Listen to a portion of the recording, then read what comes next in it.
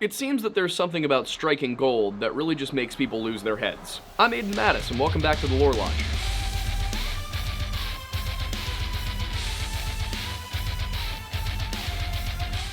If someone were to ask you to picture a place called the Valley of Headless Men, what would come to mind? Maybe it's an ashen waste, a darkened forest, or perhaps a battlefield with the skies full of crows. Chances are that an idyllic valley nestled deep in the wilderness of Canada's Northwest Territories is low on the list, but that's where you'd be wrong. The Valley of Headless Men, better known as Nahanni National Park, is an 11,600 square mile wilderness preserve located along the South Nahanni River as it carves through the eastern portion of the Mackenzie Mountains and into the Liard River. But beautiful as it is, it's also the setting of a string of unsolved disappearances and deaths of prospectors during the early 20th century. Typically, one might chalk these things up to simple misfortune, that these men starved or that they were victims of the bears or wolves that roam the valley.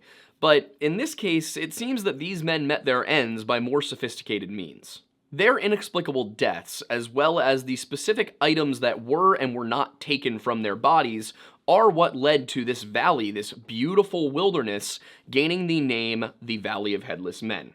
But before we get into the details of how these disappearances occurred and what precisely made them so odd and worthy of even being covered, I want to talk to you about our partner for this video, FUM.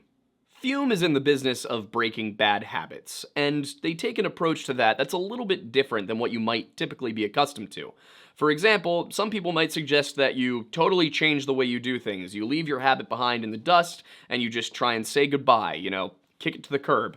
But instead of doing that, which is honestly really difficult, FUM takes a different angle and they say, what if we just take the bad part out of your bad habit? FUM assists you in knocking off the bad part of your habit via an innovative flavored air device. What that means is that instead of electronics, this is all just airflow. It's completely natural. And rather than using some sort of vapor, it's just air passing through a chamber that includes a little flavoring stick. And if you're concerned about what this little flavoring stick is made out of, you have nothing to worry about because there's no weird chemicals, it is all natural ingredients. The idea here is that FUM is going to take your bad habit and replace it with a habit that's simply just enjoyable.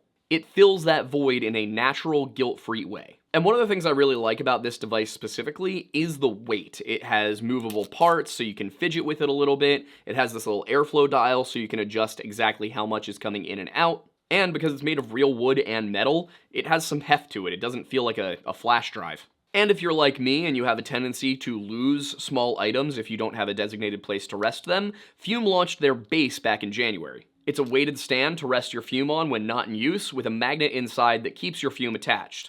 The FUM device can be spun around on it, which is also good for fidgeting. I'll also admit, when I got the thing for the first time, I was a little skeptical about it, but the flavoring is actually delicious. There's a couple of different ones. There's a crisp mint and orange vanilla. Both of those are very solid, and I enjoyed them, but I really like the raspberry one. It's nice and crisp, but it has a soft finish on it. Stopping is something that people put off because it's hard, but switching to FUM is easy, enjoyable, and even fun. FUM has served over 150,000 customers with thousands of success stories, and there is no reason why you can't be one of them. Join FUM in accelerating humanity's breakup from bad habits by picking up the Journey Pack today. To do that, you can head to tryfum.com/lorelodge or scan the QR code on your screen and use code LORELODGE to save 10% on your order of the Journey Pack today. That's tryfum.com/lorelodge and use the code LORELODGE to get 10% off your order today. Now, one thing that we've made a habit of, but we actually think this is a good habit, is giving you a Native American history segment. Usually a total regional history, but we focus on the stuff you probably didn't learn in high school. And often we will say, oh, you can probably just skip this because it's not directly relevant to, usually it's a missing persons case or something. But in this specific case, these are special circumstances. The Native American history, their folklore is inextricably tied to this story. Now, we will still put in the ability to skip to the next chapter and all of that, but I just wanted to get it out there in the beginning. If there's ever been one where you should probably watch the history segment, it is this one. And those inextricable links begin with the name of the area, the Nahanni River Valley, the South Nahanni River. That word, Nahanni, comes from an ancient tribe that lived in the region known to their neighbors as the Naha. These neighbors were Dene people known as the Slavey, who at the time of European contact lived along the Mackenzie and South Nahanni rivers. The Dene, also known by the exonym Athabascan or Athapascan, are one of the core ethno-linguistic groups of North America, their territory stretching from western Alaska over to the Hudson Bay. The Dene languages, however, and the people that are associated with them are not limited to the far northern reaches of the continent, as satellite groups are known to exist both in the Pacific Northwest and the American Southwest. The Dene of the Nahanni region refer to themselves as Decho, though they were introduced to Europeans by the name Awakanak. This was the name given to them by the Cree to the east, who were their rivals and were known to raid Decho territory to take slaves. Awakanak means slave in the northwestern Cree dialects, so the early Canadians, the Europeans who formed the Hudson's Bay Company and all that, they referred to them as the slave Indians. And within that grouping, they broke that into two different groups, the North and South. The South Slavey prefer the term Decho, while the North Slavey prefer the term Satu as general identifiers for their broader groups. And both of these populations descend from people who came over to this region a very, very, very, very, very long time ago. And if you're wondering exactly how long we're talking about here, one of the folk tales of the Decho peoples is known as the Long Winter. This tale is set in the distant past, either at the dawn of humanity or the dawn of the current age of humanity. In this legend, it says that it was always winter, with perpetually overcast skies and endless snow, and some versions also recount that the ashes fell as the world burned. In my opinion, this is likely a recounting of the Younger Dryas period, when a comet impact in Greenland plummeted world temperatures to the point that the glaciers re-emerged and went very far into North America. To people living at the time, this would have seemed like a very long winter, preceded by a period of fire and ash. There are also some similarities to Norse folklore here with the Ragnarok story, but that's another thing for another time. But in the tale of the Long Winter, a number of animals, and it's possible that these animals are representative of human clans, or that they're specifically animals. I'm having trouble determining what this is in this case. And I say that because the terms people and animals and Indians are all used interchangeably by the storytellers, and in case you are concerned with the use of the term Indian, I'm using it in the academic context that it appeared when they were doing the ethnography. So these are often the words used by the Native American storytellers. They will refer to themselves as Indians. In the story, a number of animals, possibly representing humans or human clans, go off looking for a warm place in this world of ice and snow. Eventually, they come to a hole in a rock face, and when they pass through, they come to a land of perpetual summer. In this realm, they locate a tent where there is a character, either a human being or sometimes a bear, who guards several bags, and one of these bags is a bag of warm air. It is the bag of heat that keeps this whole region warm. Exactly what happens next varies from story to story, but in some form or another, the travelers, the animals who are looking for warmth, distract the guardian, and then they steal the bag, and they rush it back through the hole, they open it up, and the whole of the earth becomes warm again. However, because the whole of the earth became warm again, well, there was a flood.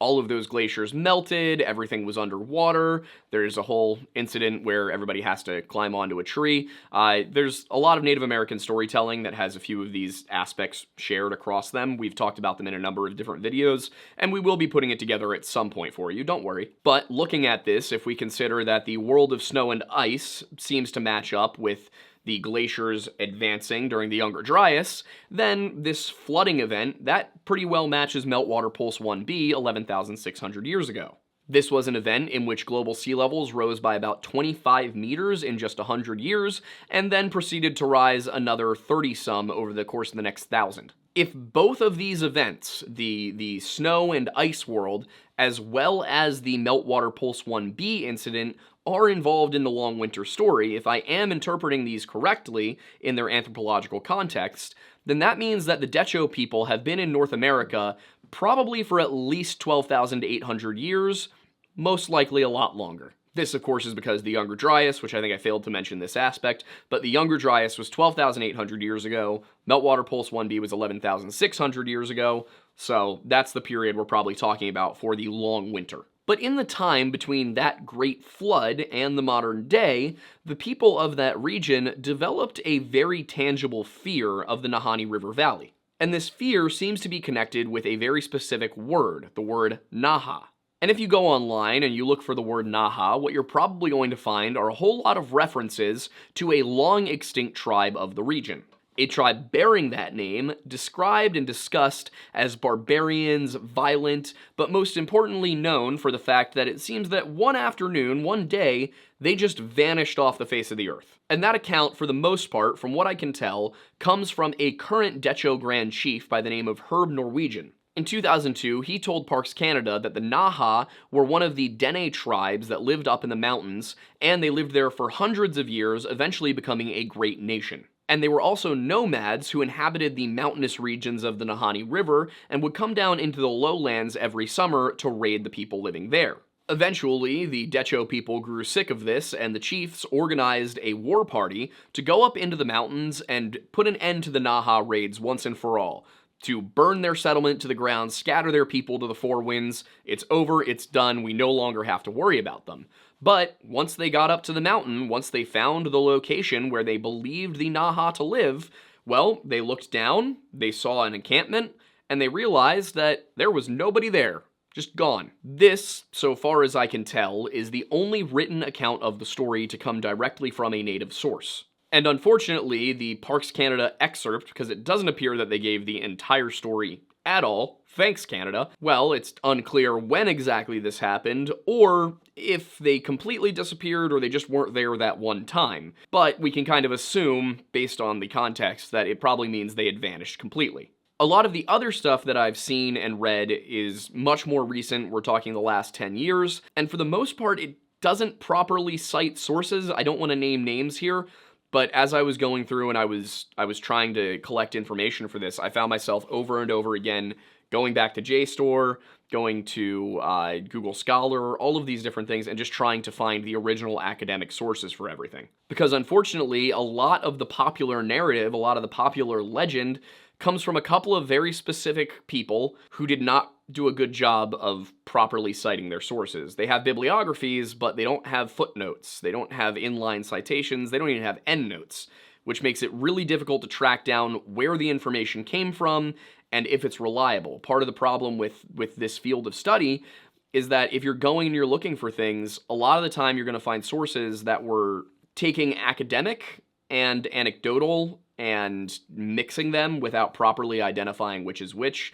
And so a lot of making this video was trying to sort out what is legend and what is proper historical study. That said, if legend is to be believed, and this group of people did completely vanish overnight some 600 years ago, well, there are theories that that's where the Navajo and the Apache came from. Because the Navajo and Apache have their stories of, the Navajo more so than the Apache, but the Navajo have these stories of emerging from previous worlds, and these have often been likened to a migration story. Additionally, they speak Dene languages, the Navajo and the Apache both do, and they're not, it's not like speaking American English and British English, but they're close enough to be mutually intelligible in some cases. So there is a strong body of evidence suggesting that the Navajo and the Apache are northern Dene stock, that they came down in a migratory pattern and decided for some reason or another to settle in the Four Corners region. And then there are also some lesser-known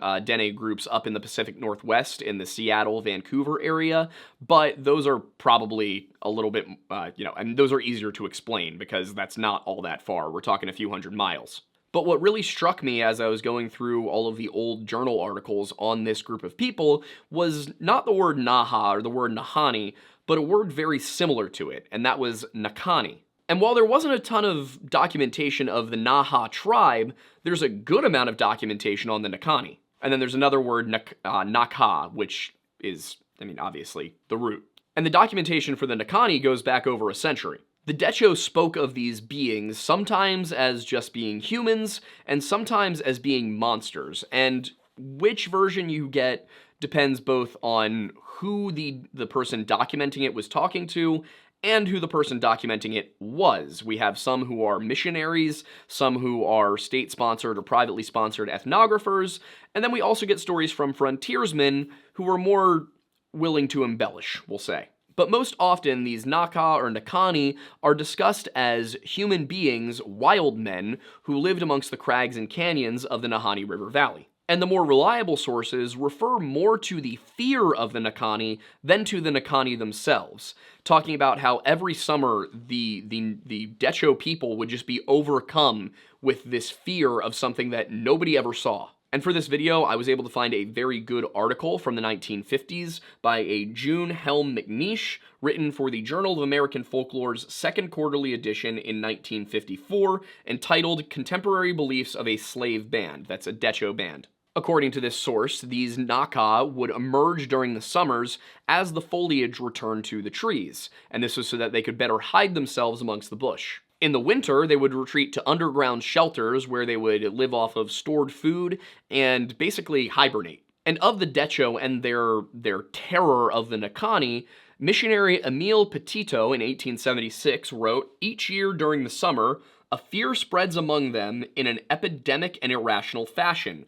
They live at that time in continual terror, in fear of an imaginary enemy who pursues them without rest, and who they believe to see everywhere even though he does not exist at all." So to the missionaries who were coming along, this was weird. It was like they were afraid of demons. They were afraid of things that simply weren't there in a corporeal sense.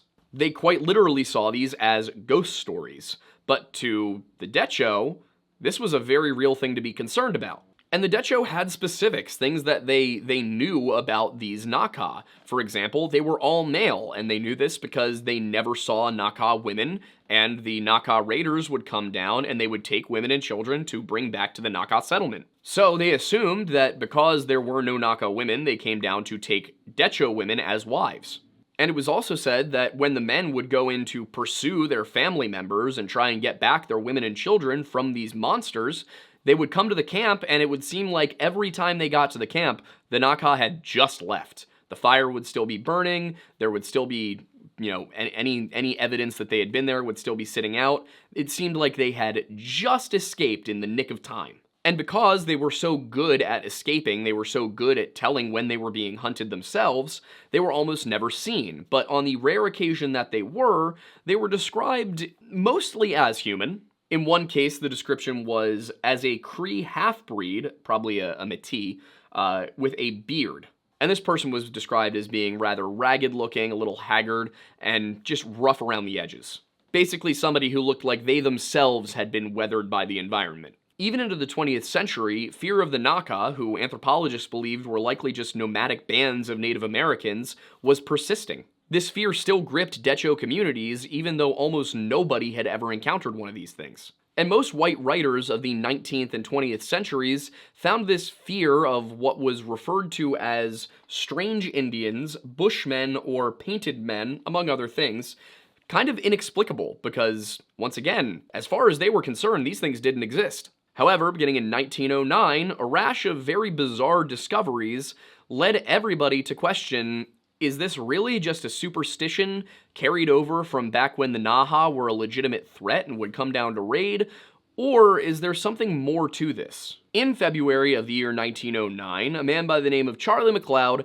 reported the suspicious deaths of his brothers Frank and Willie to the Royal Northwestern Mounted Police. But the story really begins with a tip from a little while earlier that was not given to any of the McLeod boys, but in fact to their father. And already there are a lot of differences that you're going to hear in this account of the story versus some of the other more popular ones, as well as our own original one from 2022. And that is because for this portion of the story, I chose to use Raymond Patterson's The Dangerous River, a book published in the 1950s, but based upon his experiences in the 1920s. And I chose to do that because, unlike most of the other materials on the McLeod case, Raymond Patterson actually spoke to Charlie McLeod. So far as I was concerned, if you look at the various accounts, Patterson knew the most people directly connected to the case, so his is probably the best to use. Let's begin with a little bit of detail about the McLeod brothers. At least two of the McLeod boys, Willie and Frankie, were Métis, this being because their mother was either a Decho or a Decho Métis woman, while their father Murdoch was from the Hebrides in Scotland. Their father, Murdoch McLeod, was also the factor, or basically the trade post manager, at the Hudson's Bay Company's Fort Liard. Métis are one of the three categorizations of Indigenous people in Canada, the other two being Inuit and First Nations, with Métis applying to people who are both First Nations and white. According to Raymond Patterson, having spoken to people who knew the McLeods, the two McLeod boys, Willie and Frank, were raised as Indians, is the quote used in the book. They were very familiar with the Decho culture, the territory, the way of life, but also very accustomed to the way things were done at the Hudson's Bay Company. And when they reached adulthood, they followed in their father's footsteps and started to work for the company as well. And it was while their father, Murdoch McLeod, was in charge of Fort Liard that he received a tip from a friend of his. And this man told Murdoch that somewhere up the Flat River to the west, near the Yukon border, there was a very good gold prospect, and that he should consider taking a look at it. The McLeod boys were immediately fascinated by the prospect, but especially at that time, traveling up the South Nahanni River was an extraordinarily dangerous undertaking. So, any attempt to find the gold mine would have to wait. Then, in 1899, Murdoch McLeod, whose vision was beginning to fail him, moved his family to Edmonton, and the older boys, like Willie, Charlie, Frank, Fred, they all continued to work for the Hudson's Bay Company up north. But it was from Edmonton, for reasons that are unclear, that Willie, Frank, and Charlie decided they would leave to go see if they could find that Flat River gold mine. Why exactly they set off from Edmonton is something nobody really knows. It could be any number of reasons, from they figured it was the best spot for the journey to they wanted to visit family just in case things didn't go well.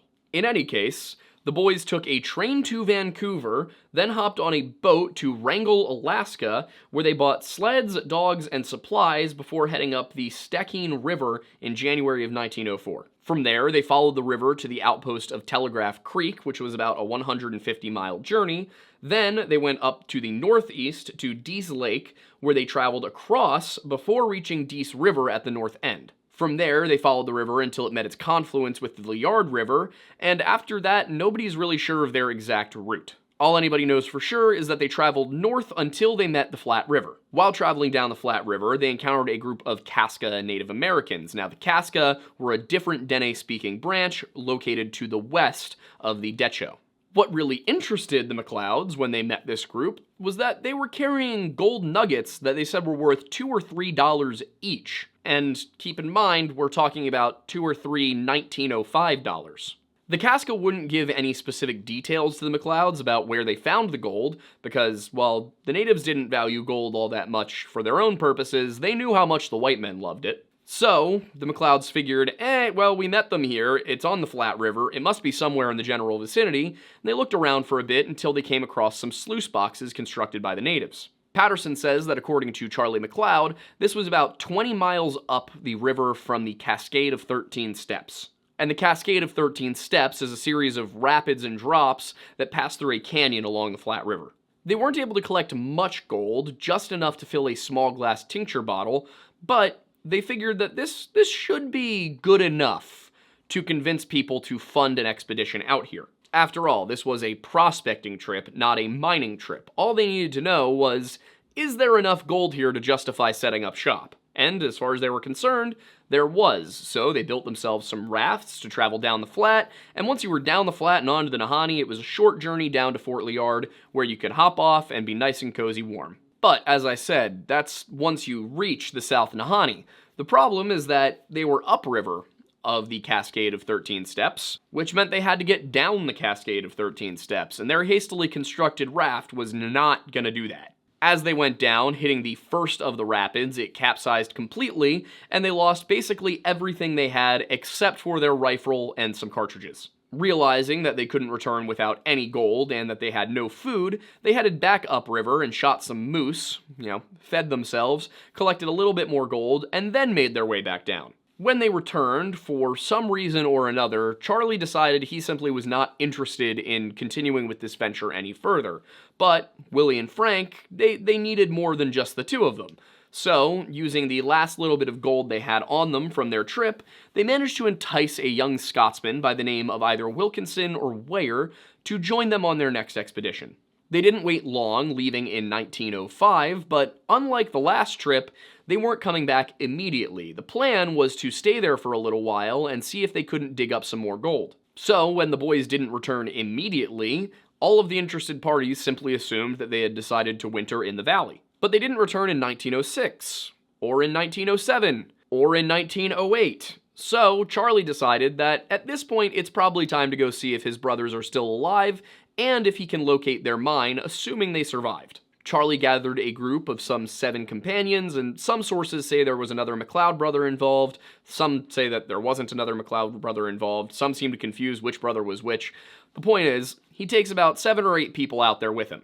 And he decided that he would retrace the steps they took the first time. Charlie first needed to figure out exactly how his brothers had gotten there, whether or not they'd taken the same route as before, or if they'd gone more direct now that they knew the general area they were looking for. So he ascertained how they had done things and then retraced their steps. It was in 1908 as they were approaching one end of the second canyon, which has massive, several thousand-foot tall cliff sides on both sides of it, just leading directly up to the water. It's the most claustrophobic thing I've ever seen. But it was as they were approaching that area that they came upon an encampment just outside of the canyon. This was on the northern banks of the river, and what they discovered was a tent, and unfortunately, according to Charlie's son, who gave an account to the newspapers in 1947, 2 skeletons.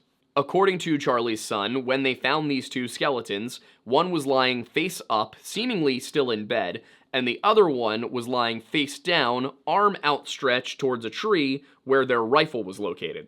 And I probably shouldn't use the term face down because one of the crucial things that these 2 men were missing was their skulls. According to the initial report given to the papers by Charlie McLeod in 1909, the brother who had been sitting in bed had been shot in the chest, and that's how he died.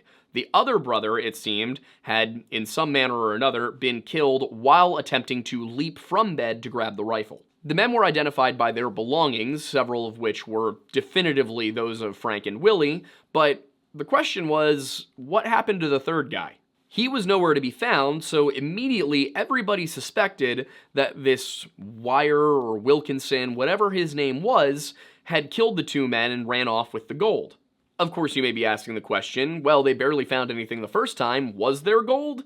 And that's kind of the weird part, is that there were all of these belongings there, things that on their own might have sold for a little bit of money, decent little trinkets and whatnot, but there was no gold found. And the reason everybody was thinking there should have been gold is that nearby, scribbled onto some wood, Charlie found a message, and it said, "We have found a very fine prospect." And according to Charlie, the McLeod brothers had a habit of carving things into wood as they made their way down trails, so that if somebody needed to locate them, if they needed to locate somewhere they'd been, they could do it easily. And in addition to that very fine prospect message, a February 12, 1909 article in the Edmonton Journal records that there had also been a second message carved into another piece of wood. However, that piece of wood had been marred purposefully beyond recognition, so nobody could read what it said. And along with all of this was a notebook that one of the McLeod brothers, I believe it was Frank, was known to always carry and to always record his experiences in, a little journal of sorts.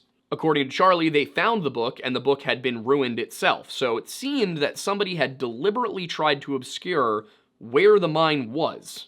And the only other decipherable message they could find anywhere along the route that the men had taken was one that had a date on it, and that date was May 1905. So naturally, everybody assumed that this was a murder, that they were so close to Fort Liard, they were almost home. This must have been somebody going, all right, well, we're through the bad part, now I'm going to kill these guys and take everything for myself. And if that was going to be anybody, it would have been Wire. Because this seemed to be a murder and they needed to track down the murderer, the Royal Northwestern Mounted Police sent out a Corporal McLeod along with his detachment to see if they could dig up anything new, if they could find any sign that Wilkinson, Wire, whatever his name was, had been in the area at that point. It seems that Charlie went along with McLeod to guide him to where the encampment had been found, but as they went, they struggled. They interviewed Native Americans, said, have you seen 3 white prospectors? You know what might have happened here.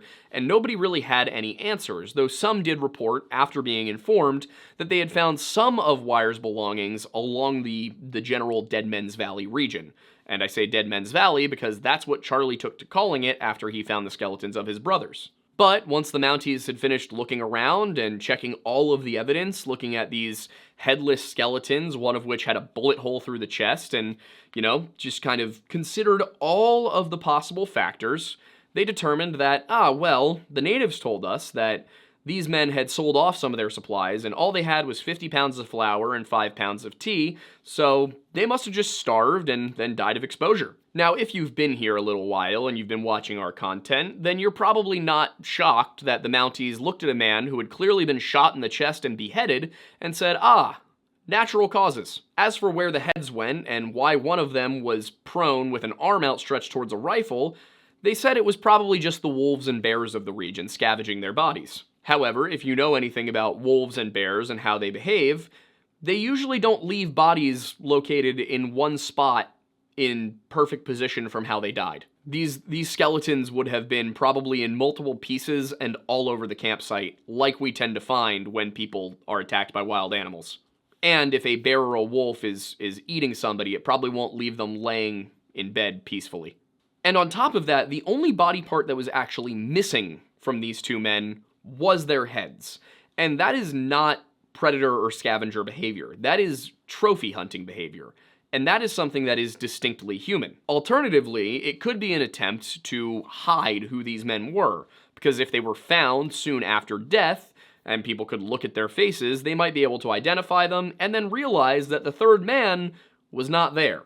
Either way, the state of these bodies heavily implied human involvement in their deaths, but instead of looking at it that way, the Mounties said, we're just not going to deal with this. But regardless of why the McLeod brothers were ruled an accidental or natural causes death, they would not be the last mysterious death in the Nahanni River Valley. And the first name on what is unfortunately a fairly long list is a Martin Jorgensen.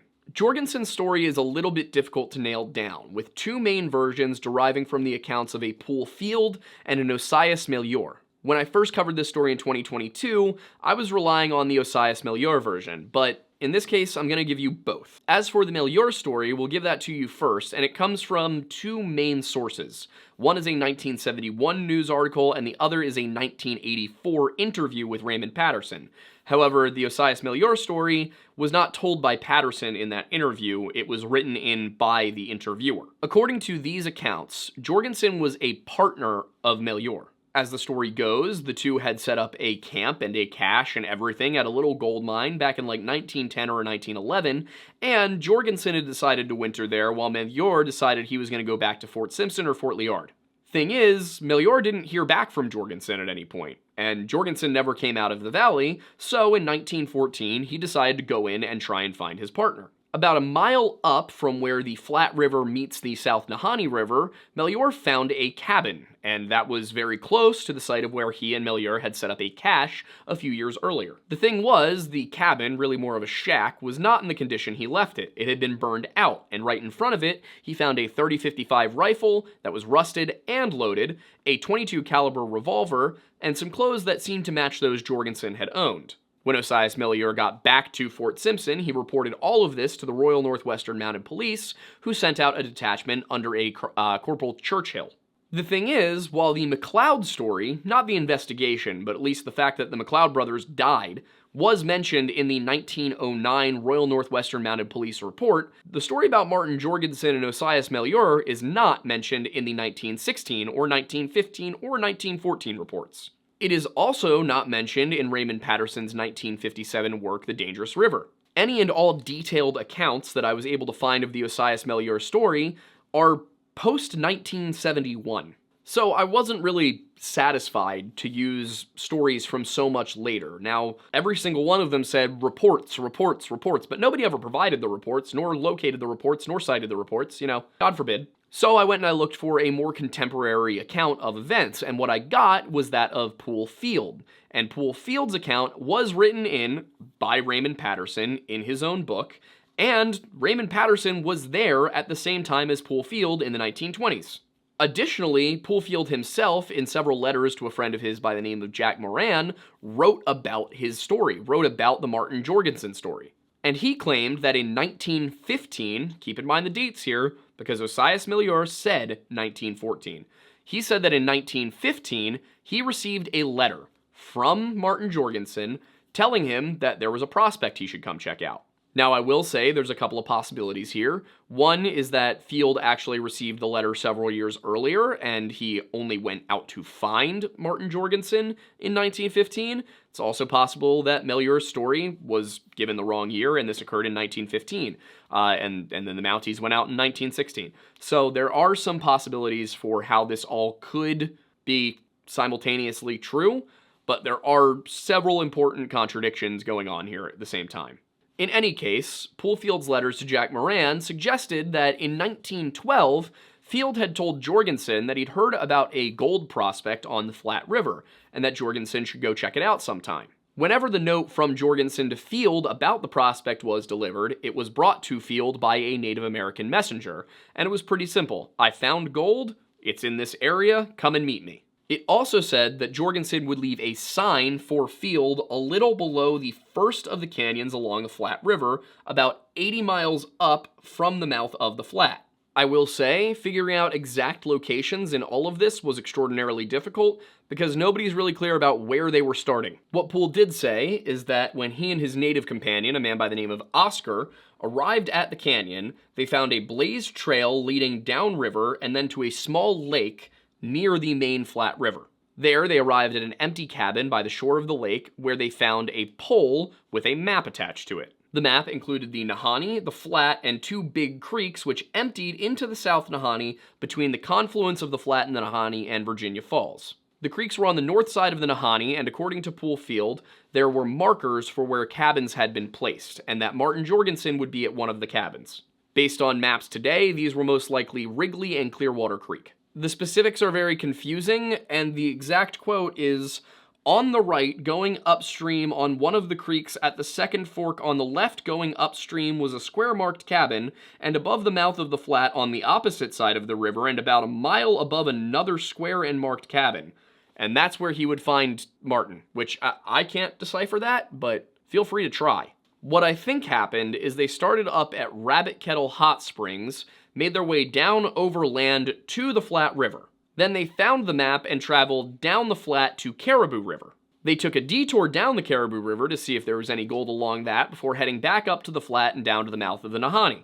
And here's where Martin's note comes back into play, because he had written something under the map, and that was that if he wasn't at his cabin that was at the mouth of the Flat, then he'd be at his cabin further up one of the creeks. They did not have to wonder for very long which cabin he was at, because upon reaching the mouth of the Flat River and traveling about a mile up it, they reached a blazed trail. Like the previous blazed trail, this one led to a cabin, but this cabin had been burned out. They did some investigating, a little confused as to what was going on, and nearby, Field found that there had been a path cut through some of the brush. He followed down that path, at which point he came to an axe that was laying right in the middle of the trail, searched around where the axe was, walked around a tree, and behind the tree, he found Martin Jorgensen's bones, except for Martin Jorgensen's head.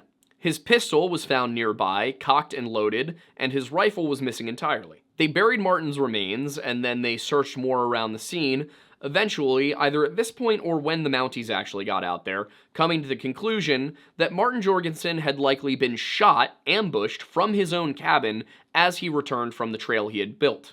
Basically, the way they thought things went down was that somebody had found out about Martin's prospect, they knew he had gold, they waited by his cabin, and then as he emerged from that little spruce grove, they shot him, robbed his cabin, took his body and hid it behind the tree, and then burned everything down to hide the evidence.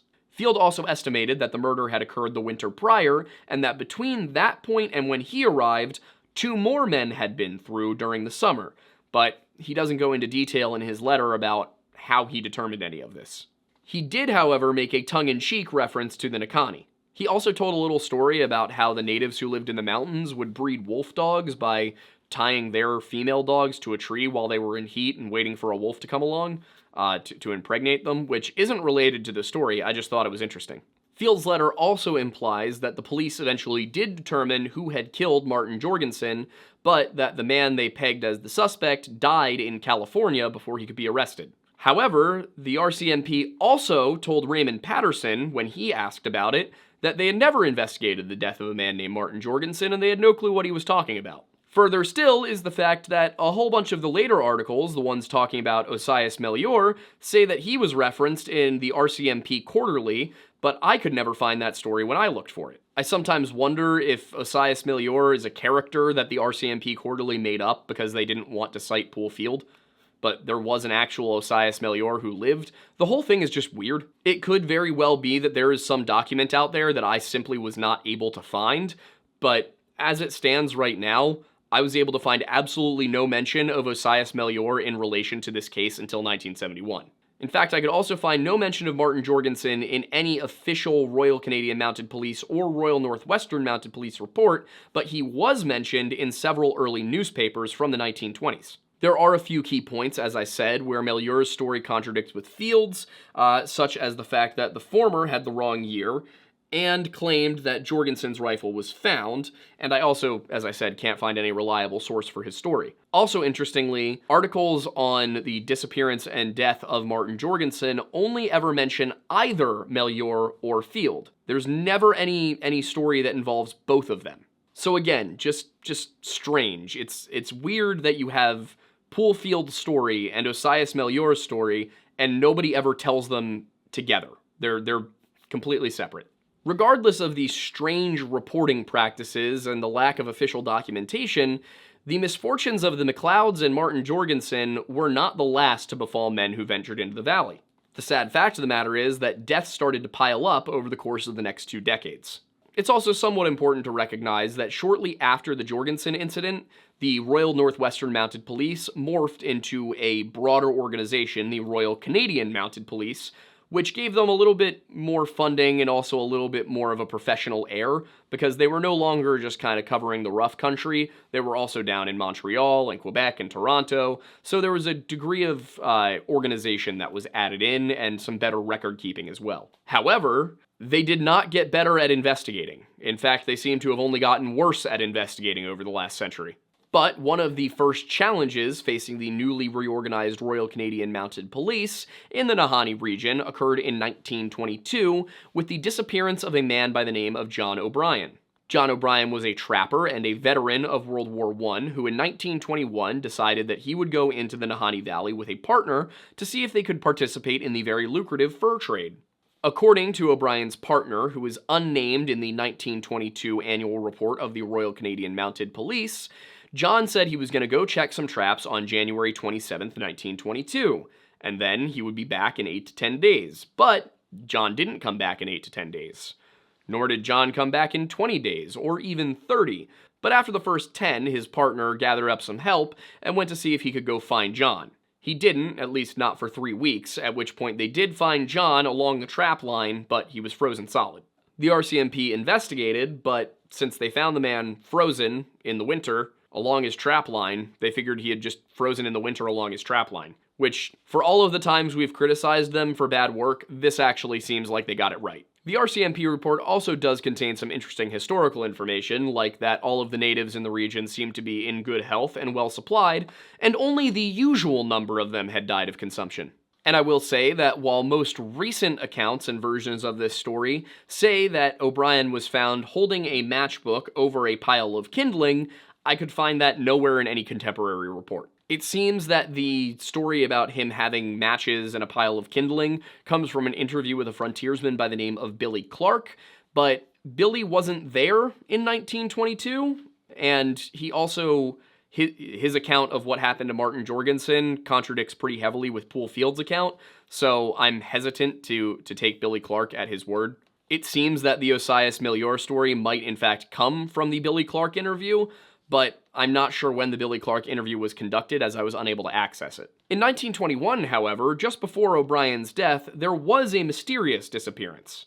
In the summer of 1921, Poole Field suffered a second tragic loss when a cousin-in-law of his, the cousin of his wife, a woman by the name of May Lafferty, disappeared while the family was camping in the Crouse Hot Springs area. According to a 1929 article in the Edmonton Journal, she was spotted running off into the brush, causing Field to fire 3 shots from his rifle, the universal sign out in the wild for "Please help me." Now, Poole was pretty familiar with the region, and he knew a lot of people in the area, both native and white, so a group of friendly natives helped him track down his cousin-in-law. They followed her trail into the woods where they saw her clothes discarded at irregular intervals, just kind of thrown about all over the place. But the most significant part of this is that despite the fact that they got on the trail very quickly after she disappeared, they simply could not catch up to her. And this was not a woman who was familiar with the area. She was not from the Nahanni Valley. She was from Fort Providence, 200 miles to the east.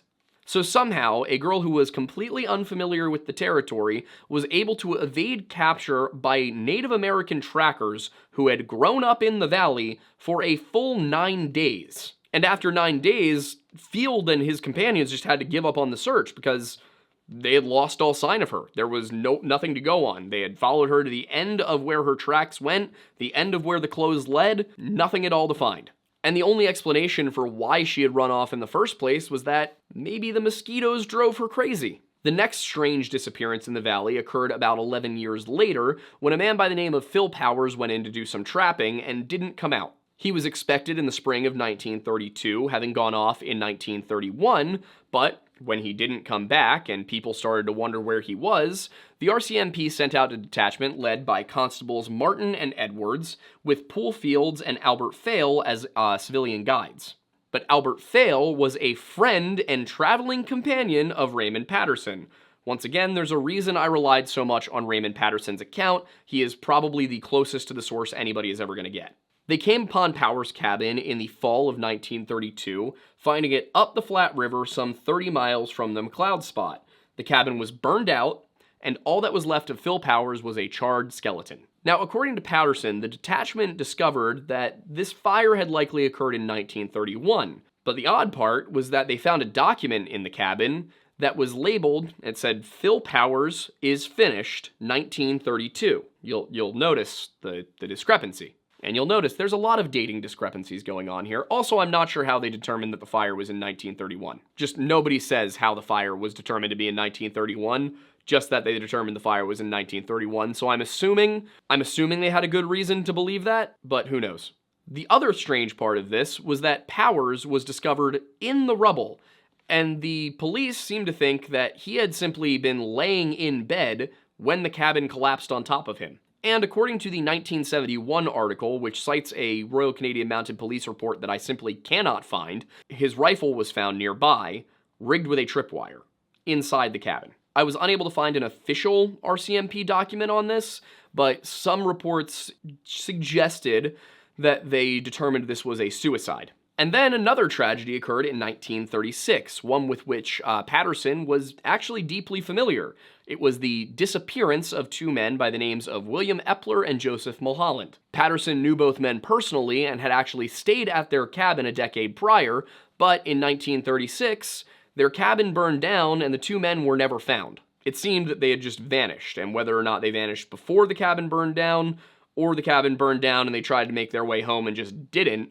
is unclear. And then, for about a decade, everything was pretty quiet in the Nahanni. You had a few people go missing, but for the most part it seemed that they had just kind of wandered off into the wilderness, gotten lost, and that was it. At least until 1946, when a man by the name of Frank Henderson returned from a prospecting venture without his partner, a man by the name of Jack Patterson, of no relation to Raymond Patterson. They'd gone off in March 1946, intending to enter the valley from two different directions, and Frank Henderson had been exploring the valley for about a decade at this point. His first trip was in 1932. That was by airplane. He first went in on foot in 1934. But in any case, it was decided that Patterson would enter from the Yukon side, while Henderson would enter from the Northwest Territories side, and they would meet at Virginia Falls. Some documents from when Henderson first arrived and started reporting on the story say that they were supposed to meet at Watson Lake, but Henderson would later correct the record in February of 1947 to say, no, it's Virginia Falls, which, given that Watson Lake is considerably south and out of the Nahanni region entirely, Virginia Falls makes a lot more sense. Because they were supposed to be meeting at Virginia Falls, it seems likely that the plan was that Patterson's team would come down the river, the South Nahanni, whereas Henderson's team would work their way up the South Nahanni. Whoever reached the rendezvous point at Virginia Falls was supposed to leave a message saying where they had gone next, not just wait there, but leave a message, say, hey, we're headed off here, on a tree that both men were familiar with. Henderson arrived first, and he left a message saying that he would be heading down into the valley, the same valley where the McLeod brothers had been found in 1908. He would have expected that Patterson's group would arrive shortly thereafter, understanding that the spot they were going was the valley. But after several weeks of prospecting, Patterson hadn't shown up yet, and that made Henderson a little worried and suspicious. Maybe Patterson had gotten to the rendezvous and hadn't seen his message and had gone a different direction. Who really knows? So Henderson gathered up his guys, and his crew that was with him was entirely Native Americans. So he brings them up to Virginia Falls, and they camp there for a few days. There's no sign of Patterson, no note on the tree, no sign that he had camped there, just empty space. But after a few days of camping there, the Decho people with him became a little bit nervous. They were complaining that they had seen strange figures moving around in the valley. And Henderson wrote that off as just tricks of the light, but the natives were intense about it, and they did not want to stay, they wanted to get out. Clearly, what they were afraid of was not just tricks of the light, but the legend of the Nahanni, and while Henderson didn't believe in this and put no stock in it, he couldn't convince them to stay. They were just far too frightened and refused. So they bid their farewells to Henderson, and he later made his way out on his own. When he returned, he made it pretty clear with everybody that he didn't think that any sort of Native Americans were responsible for Patterson's disappearance. He thought it was all just superstition, and people got lost and tragedies happened, and there was no reason to believe that human beings were responsible for what had happened to his partner or to any of the people in the past, be it the McLeods, Jorgensen, and so on. The natives, on the other hand, seemed a little bit more willing to consider the Nahanni angle. But Henderson's tale is, for the most part, the last to have any sort of chilling details to it. That's partially because the Canadian government declared Nahanni to be a national park in 1971 after prospecting died out in the 1950s and 60s, and some archaeological expeditions unveiled that there was some pretty important stuff to be researched. In 2005, however, the region once again claimed lives, those of Fred Hardesty and David Horsey, both of whom were seasoned outdoorsmen from the Northwest Territories. The two middle-aged Fort Simpson men were intending to stay several days at a cabin owned by their friend Rod Gunderson just to do some repairs. The men were last seen alive on June 12, 2005 by Rod Gunderson when he left them at the cabin, which itself stands 77 miles or 125 kilometers up the North Nahanni River. This is to the west of Fort Simpson, and it's not that far into the mountains. We're talking just around a bend. Basically, if you were lost and you could find the Nahanni, you could walk your way back to Fort Simpson if you could survive the walk. But just a few days later, on the 16th, Rod Gunderson returned to the cabin to check up on his friends, at which point he realized they weren't there, but their supplies, their weapons, their tools, all of that was still in the cabin. There was no sign of a break-in. There was no sign of a struggle. The place hadn't been ransacked. The men just weren't there. The RCMP got involved 2 days later, dispatching a Constable Brad Parker to the cabin. Parker spoke to friends of the men, spoke to Rod, and determined that, so far as he could tell, based on being at the cabin, there was really no reason that they should have had to have left. There was no sign of a gas leak, no sign of a fire. The men just kind of walked out one night. So they launched a search, but they just couldn't find anything. There was no sign of either man. With no leads turning up after about 5 days of searching, the Mounties pulled out on the 23rd of June, 2005, leaving basically the friends, family, and the Lidley First Nations community to look for Fred Hardesty and David Horsey. And while I can't confirm for certain, it seems that Fred Hardesty was himself either a Decho or a Métis individual. The Lidley First Nations band is a Decho band. And that band was not about to let one of their own just disappear on their watch. And then, on June 27th, as a result of their efforts, searchers were able to locate the body of David Horsey, and it was about 2.5 miles or 4 kilometers into the brush in an area that had been searched before. RCMP Corporal Al Shepard said that the spot had been searched multiple times, but the reason they never found him was because of how dense the brush was. But what's really interesting about David Horsey is that a searcher by the name of Jason Antoine said it seemed that his arms had been burned. Specifically, his forearms and his hands. And we've told this story on a few occasions, mostly in relation to either the Nahanni Valley, when we did it in 2022, or the Bart Schleier story, when we did our Missing 411 recap video a few weeks back. When we've covered it in the past, people have pointed out that sometimes frostbite can appear as burns. But this can't have been frostbite. It was just too warm. We're talking about June. The coldest it got was the low 40s. Despite the burns, the Royal Canadian Mounted Police determined that this had no possibility of being foul play. It was definitely just an accident. He wandered out of that cabin for no reason and then died in the brush because that's just what men do sometimes. However, they were willing to get back involved in the search, and they brought in a dog team from Alberta on July 5th. Then, on July 7th, they located the body of Fred Hardesty in the North Nahanni River about 20 kilometers away. And once again, this was in a location that had been searched multiple times. It's a little bit less weird when it's in the river, though, because a river moves, whereas brush typically does not. So it's feasible that when they searched that location, Fred Hardesty's body was further upriver. When the autopsies came in for these two men, they didn't make a ton of sense. Hardesty's did. It was drowning. He was found in the water. I wasn't able to access the autopsy, and yeah, we have covered some drownings that were deemed accidental lately that weren't. But with this one, I'm willing to believe that he did in fact drown. The one I'm not willing to believe is David Horsey, because his cause of death was listed as hypothermia, and at no point during the time when these men were missing did it get cold enough to die of hypothermia, nor did it rain. And while the RCMP did rule out foul play, basically that means they looked at it and said, we're not going to investigate this as a crime because we don't feel like it, the First Nations community and the families of the men and the friends of the men and really the entire Fort Simpson community has been pressing as recently as 2018 for them to reopen this case as a murder investigation. Thankfully, so far as I can tell, the deaths of Fred Hardesty and David Horsey are the most recent to occur in the Nahanni National Park Preserve area. It's actually become a fairly popular whitewater rafting destination. There are tours there, there are aerial tours, there's archaeological missions going on. So the area is less mysterious, less dangerous than it once was, but it should be said that just because a specific geographic region sees a number of deaths occur, they aren't necessarily connected. But in the Nahanni cases, there's enough weirdness to warrant investigation. So, to that end, let's recap what was weird about each case.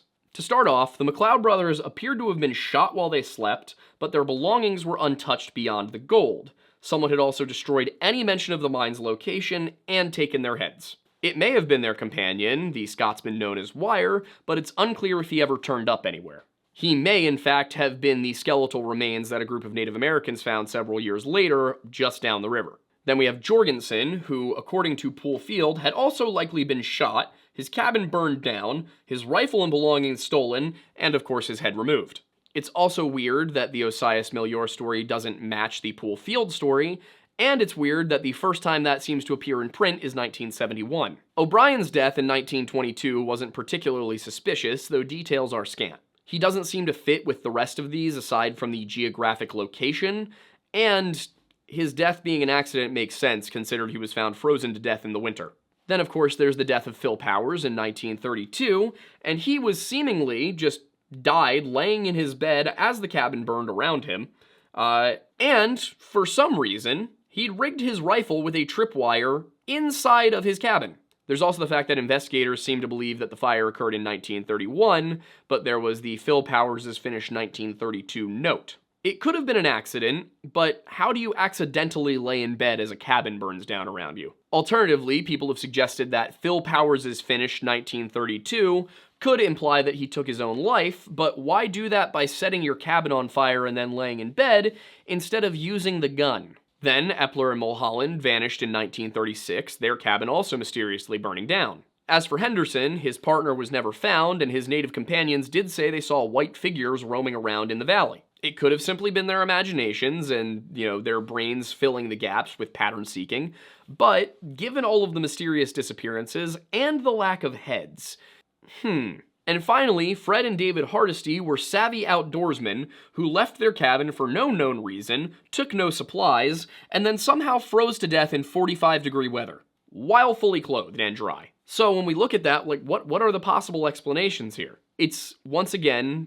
difficult to explain all of these disappearances and deaths with one thing. It's likely that some are related and some are not, or they're all random. The likelihood that every single one of these is connected is very low. We saw this when we looked at the La Crosse, Wisconsin drownings that are associated with the smiley-faced killers theory, because there were 10 drownings, but only 5 of them seemed connected. So one thing we want to be careful to do when we make these videos is not imply and not assume that everything that happens in one spot is part of the same series of events. To that end, when we look at this, it seems that one possibility is that these people were murdered by their partners or by other prospectors.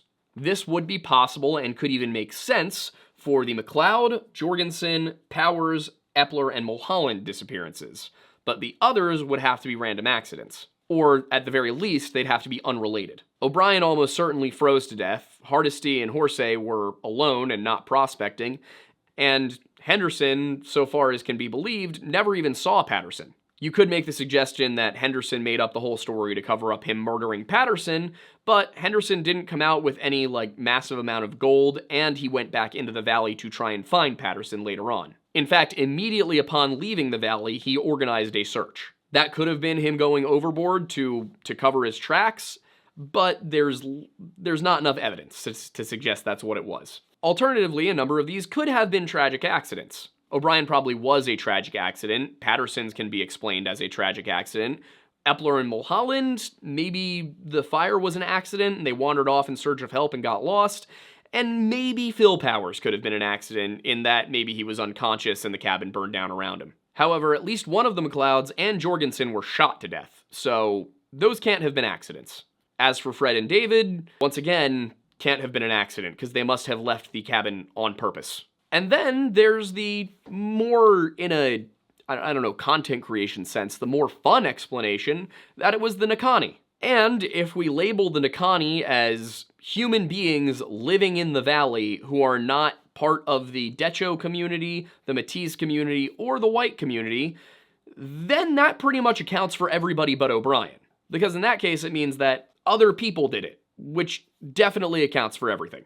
Whether or not we're talking about Nahanni in the sense of wild men, or Nahanni in the sense of people who aren't supposed to be there, that's up for your interpretation. I think that both possibilities exist. I find it difficult to discount the intensity of the fear the Decho people held for the Nahanni. It could have been that these were old stories about the Naha coming down to raid. It could have been that these were stories about a non-Dene tribe living in the region. It could be that these stories came from a long, long time in the distant past. But they were genuinely afraid of something out there, and when we look at the May Lafferty story, it doesn't make sense that she ran away on her own and evaded everybody. It makes a lot more sense that she was kidnapped, and that's how she was able to evade everybody. Or, more realistically, how her captor was able to evade everybody. I wouldn't go so far as to say that there are non-human entities out there, actual monstrous beings, but I, as I've said in the past, am open to the concept of people who live out in the wilderness who are not part of society, to put it one way. On the other hand, there were a lot of other people in the region, there was a bit of a gold rush going on, this could have just been competition, and opportunistic, amoral or immoral people saying, well, they're never gonna find out it was me. So, all of that said, all of those options on the table, I'm curious what you guys think. I am leaning towards some version of the Nahanni angle, where I don't think that it was their partners doing it, I think it was other human beings doing it, and I think that what would suggest that this is some sort of tribe out there, some sort of primitive community maybe, is that there was it seems like this is headhunting behavior. The Nahanni are referred to in some of the old stories as headhunters. These people did have their heads taken. To me, I look at that and I say, all right, I could see it. I could see this maybe being humans. And specifically humans who are still doing headhunting. On the other hand, it could have been a way to avoid people being identified. I'm not positive. I want to do a little bit more research on it and the Nahanni in general and compare and contrast that with some nearby Canadian and American folklore, figure out, does this seem like a possibility? But what I am pretty positive of is that it was not the Decho. They were not doing this to people. They seem to have been, for the most part, friendly, even with the full-blooded white people, as they were with the mixed-race people. The McLeod brothers were essentially part of the Decho community, and they were murdered too. So, like I said, let us know your thoughts. Let us know if you think we missed something. I do want to give a huge shout-out to 2 followers of the channel, Charlie and Allie. You guys both sent me a whole bunch of articles to look at that I absolutely did use. Thank you so much for sending those along after you saw the previous video. I really appreciate it. And, for those who have stuck around this long in the video, I assume you liked it, so please hit the like button. It means a lot to us. And if you want to support what we're doing here at the Lore Lodge, you can subscribe to us on Patreon for just $1 a month. We do have higher tiers, and we're working on some cool rewards for those higher tiers. We're trying to get everything reorganized. You can also become a member on this YouTube channel. It will give you a free It will give you a free super chat each month, and if you want to support us a little bit more directly, and if you want to support us in a way that you get something out of it personally, that's a physical item, we also have our coffee through Tableau Roasting Company, that is Mount Pocono Perk. We have our merch store, you can access that in the little panel below this video. And if you want to support us by watching content, we have several other channels. We have the Weird Bible, that's I think the only other one that's monetized right now, and there will be new content coming to that this year, actually later this month if you're catching this in February. We also have our other channels, the Weird Bible, the History Hut, the Lore Lounge. We've got a short film and feature film project channel coming that'll be some variation of Redacted, and then I have my personal streaming channel, Aiden Mattis. You can also join our Discord to get timely updates on everything that's going on. That is bit.ly/jointhelodge. And of course, we have our live show that is Sunday nights at 7 p.m. Eastern Time every week, and we have a mix of us discussing these things and then doing interviews, discussions with other content creators. We interviewed the family of one of the Smiley Face Killer's drowning victims very recently. So if you're interested in that kind of show, we do that as well. You can also catch it on Spotify and all the other podcast platforms. For example, the Sunday after this video goes up, we will be discussing this video's topic live on that show. If you did have any questions that cropped up during this video, we do Q&A sessions in those where you can send in a little super chat, ask us a question, and we'll answer it at the end of the program. With all of that said, I am Aiden Mattis, and thank you for stopping by the Lore Lodge.